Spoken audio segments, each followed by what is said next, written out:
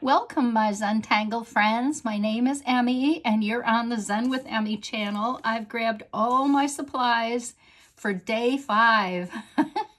This is such a fun journey, and I appreciate being here with you and knowing that you're home watching this video, working on your own at your own pace. And it's lovely to look out the window right now where I am, and I hope it's wonderful for you as well. So I am going to need my 05 today for the way that I've designed this tile, or a thicker pen is what I'm asking for. I'm going to use all my other supplies that you know and love like I do. StarRite is a very fun pattern, and Nina Dreher-Godderz has done all sorts of wonderful patterns. She's a German gal, and she's had a lot of fun with her patterns. So I'm going to get going on this wonderful Inktober calendar that I have made with the intention of putting a 3-ring binder over in and punching a hole in these in the nicest way. So I've got a space here, and I really have no need of going to pencil first, but you can. Excuse me, I have a little bit of a tickle. She suggests starting the pattern with an orb, and then she suggests 5 strings off of it, and I like to make my strings a bit wavy. Now you know that the size I'm using is pretty close to a 2x2, so no matter what size you're using, it'll be fine. And just so that you know what I've got going on. And of course I have my kiss ready to go for when I'm finished. Okay, so now at this point I'm going to go over my line. And I'm going to actually go over all of these lines.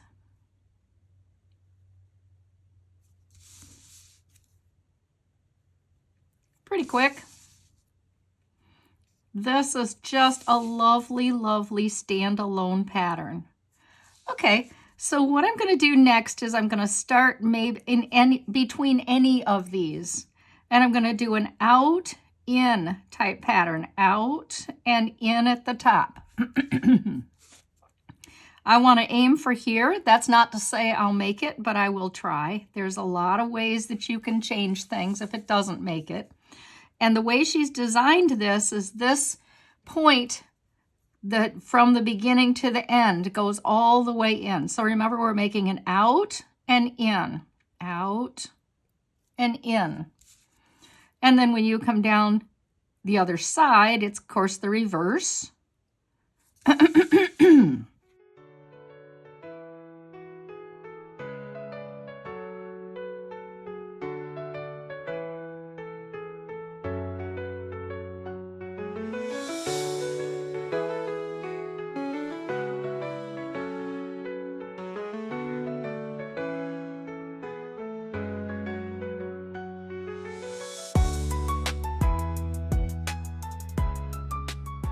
So just to finish this up a little bit and make it look a little more interesting for you, I believe that I will double this here, all of these inside strokes. The veins, I'm going to double for our, just because life is beautiful, right? It's fun to put beautiful things together. And another thing that I think is a very fun thing to do is I like to aura around the entire pattern.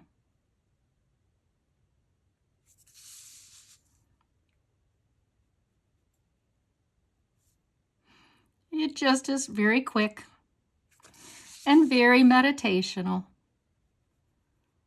which is the essence of Zentangle.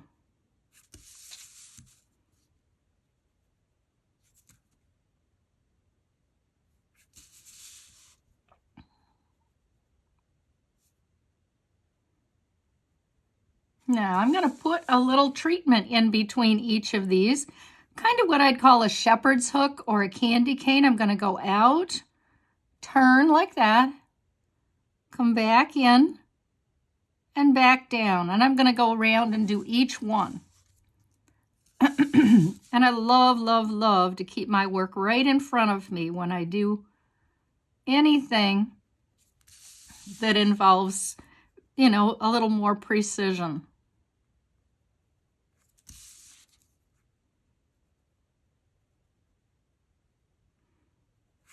Very flexible again, and this is going to go underneath, so it's going to have a pretend on that one. And then I'm going to make a couple of sticks that come out. And look, I just put a little bulb at the top and then a couple more little bulbs here.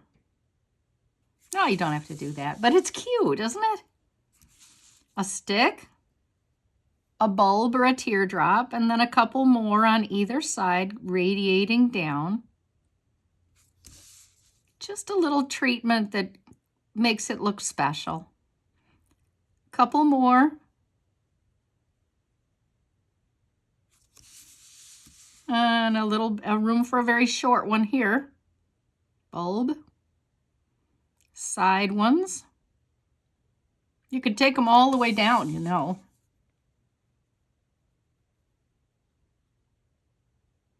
There's a lot of competition going on here on this one, isn't there? Isn't quite working very well for me. So let's talk about shading. Shading is important on all of the patterns that we do. And I like to shade on one side of the vein, and you see how my pencil is pushing right in.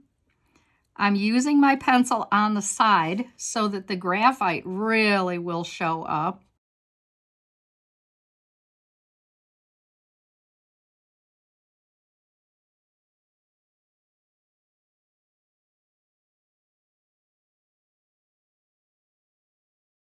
Take a moment, grab your blender stump, and push that shade around. It's always going to work best depending on the kind of paper that you're using. Again, it's best kind of to use a side motion, and you're trying to push the shade, the blending out, so that it ends up part of the paper. I hope that makes sense. So it's dark, close to the vein, and then as you push out, it changes it up.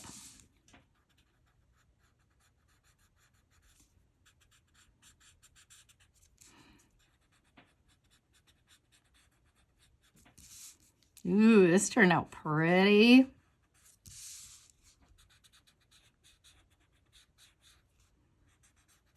Okay, so that is the pattern. Let me show you if you're doing this on plain paper and you're adding all of my patterns onto a plain sheet. This is another one that kind of stands alone. So I made it stand alone, and you see I've got a lot of shading on it. I'm going to do this on the poem for anybody who cares to stick around. I hope you do. And I hope you've made your poem, and I'm going to put it right here because, like I mentioned, it's kind of a standalone pattern. I'm going to put my orb in the middle,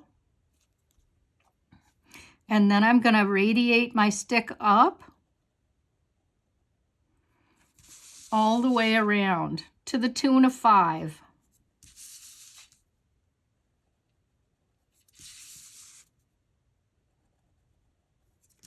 And this one, no help for it, is going to go underneath the line. Or you could make it go over the line, whatever you prefer. So I'm going to start here, and I'm going to end up going underneath here, out and in, remember? Out and in. This ended up to be kind of a longie, but that'll be cool. Out and in. Again.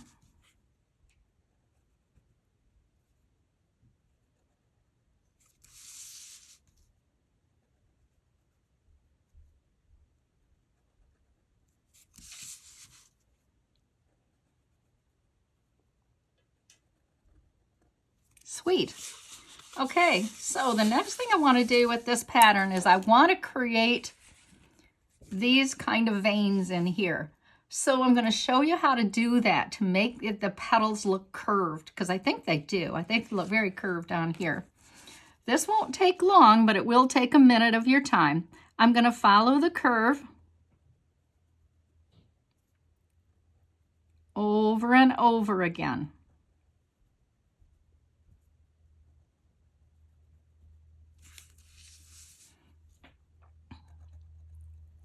follow the curve on the other side as well.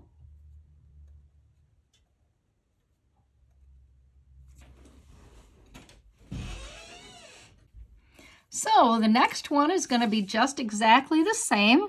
In fact, that's what it's going to be all the way around. So I'm going to put some music on so that you can put these veins in here.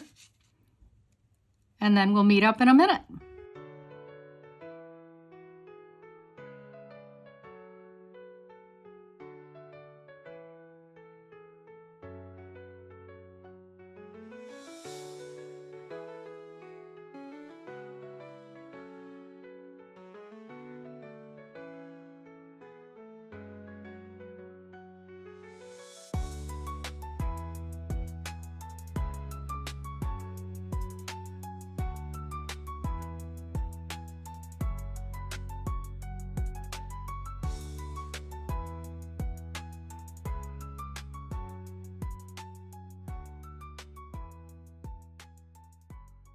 But what I'm going to do is have those petals have that curved look.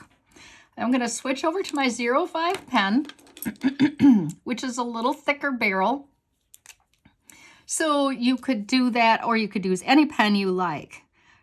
This is what we're going to do. I'm going to aim for kind of a, and if you want to use a pencil to help you make an arc in each section, and that's easy to erase in a minute. So you want to go above and below the pencil line and leave an area hollow.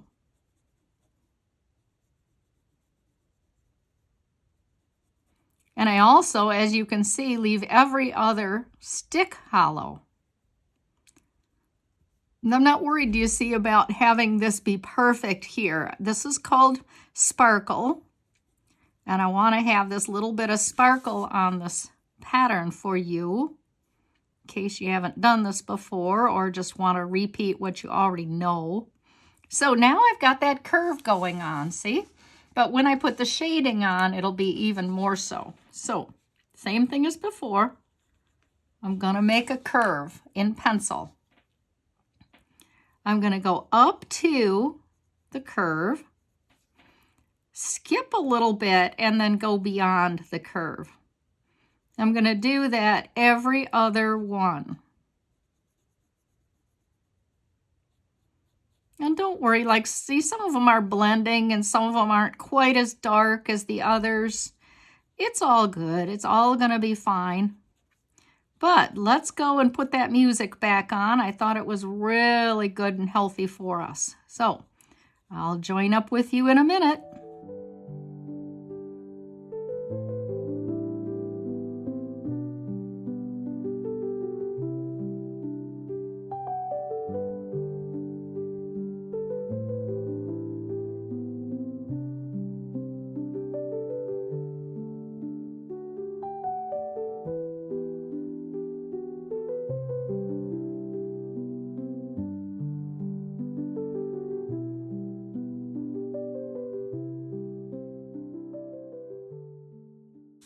In case you need any touch-ups or anything, and I'm going to use my Mono 0 that I've talked to you about to erase these little lines or little pencil. They were light.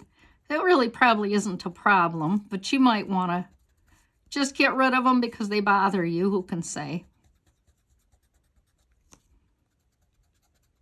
I like this Mono 0 because it doesn't make the little divot things that you can get with like my pink pearl, which has a use, believe me.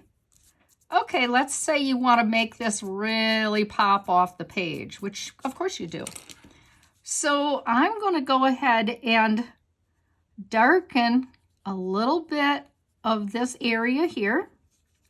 And I'm going to also use my pencil very much on the side, go around the outside of this. A little bit of, you see the shade coming down and coming up. I can lay my graphite on here at the same time.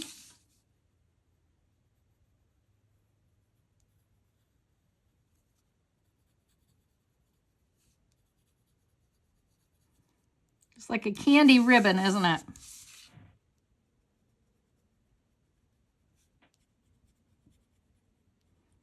Remember not to bother too much with the black if you can help it. It just kind of catches your pencil, and it'll definitely catch your blender stump.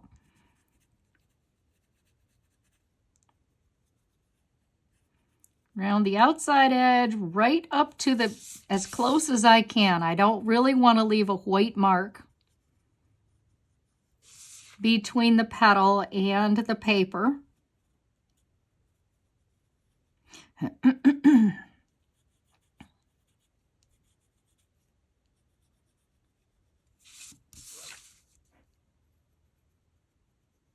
I'm getting a lot of graphite by going on the side.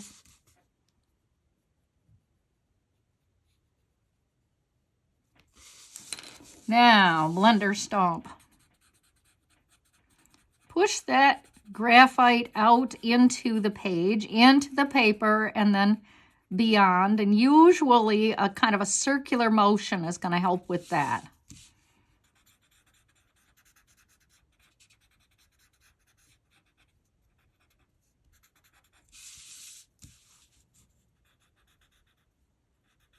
It's so pretty. I hope you love yours too. I hope you're looking at it and going, I'm amazed at how well I did. I hope you are.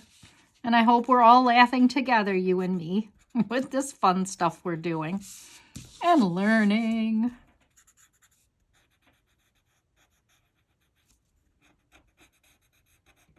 I forgot that one spot, that one petal, but I really, look how much graphite is on my blender stump. I don't feel I even need to go back and get any more. This turned out so pretty. Thank you so much for being here today. I will see you tomorrow for day 6. I've got some more fun to have with you. Bye.